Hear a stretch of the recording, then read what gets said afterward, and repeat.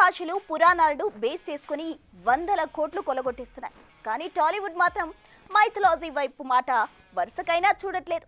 ఇది మొన్నటి వరకు వినిపించిన మాట. కానీ మేము ట్రెండ్ ఫాలో అవుతామంటూ ఇదిగో లేటెస్ట్ గా వాయుపుత్ర అంటూ సరికొత్త యానిమేటెడ్ వెంచర్ కు శ్రీకారం చుట్టాడట నాగవంశీ. మరి ఈ సినిమా మరో మహా అవతార్ అవుతుందా? టాలీవుడ్ కు వసూల వర్షం కురిపిస్తుందా? Let's have a look.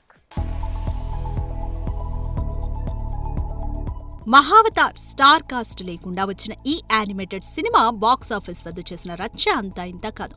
దాదాపు 16 కోట్లతో తెరకెక్కిన ఈ సినిమా 300 కోట్లకు పైచిలుకు వసూళ్లతో ఇండియన్ యానిమేటెడ్ సినిమాల్లోనే టాప్ ప్లేస్ లోకెళ్లి కూర్చుంది. ముఖ్యంగా మనకు బాగా దగ్గరైన కథల్ని మహావతార్ పేరుతో ఫ్రాంచైజీని ప్రారంభించిన హోంబలే ఫిల్మ్స్ వేల కోట్లను వెనకేసుకోవడానికి సిద్ధమైపోయింది. మరోవైపు దాదాపు 4,000 కోట్ల బడ్జెట్ తో రామాయణాన్ని పట్టాలెక్కించింది బాలీవుడ్. ఇక శ్రీరాముడి గెటప్ ని, ఆంజనేయుడి తోకను కాపీ కొట్టిన జేమ్స్ కెమెరూన్ కూడా అవతార్లో 100 కోట్లు కొల్లగొట్టాడు కూడా.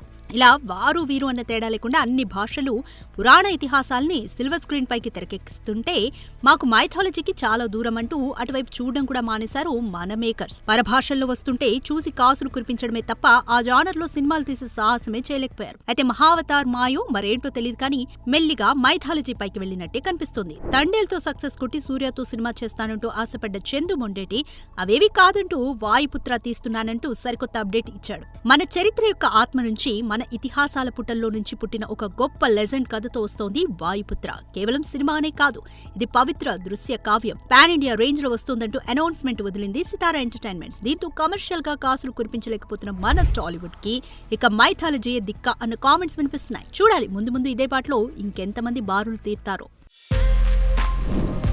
For more videos like this, subscribe Big TV channel.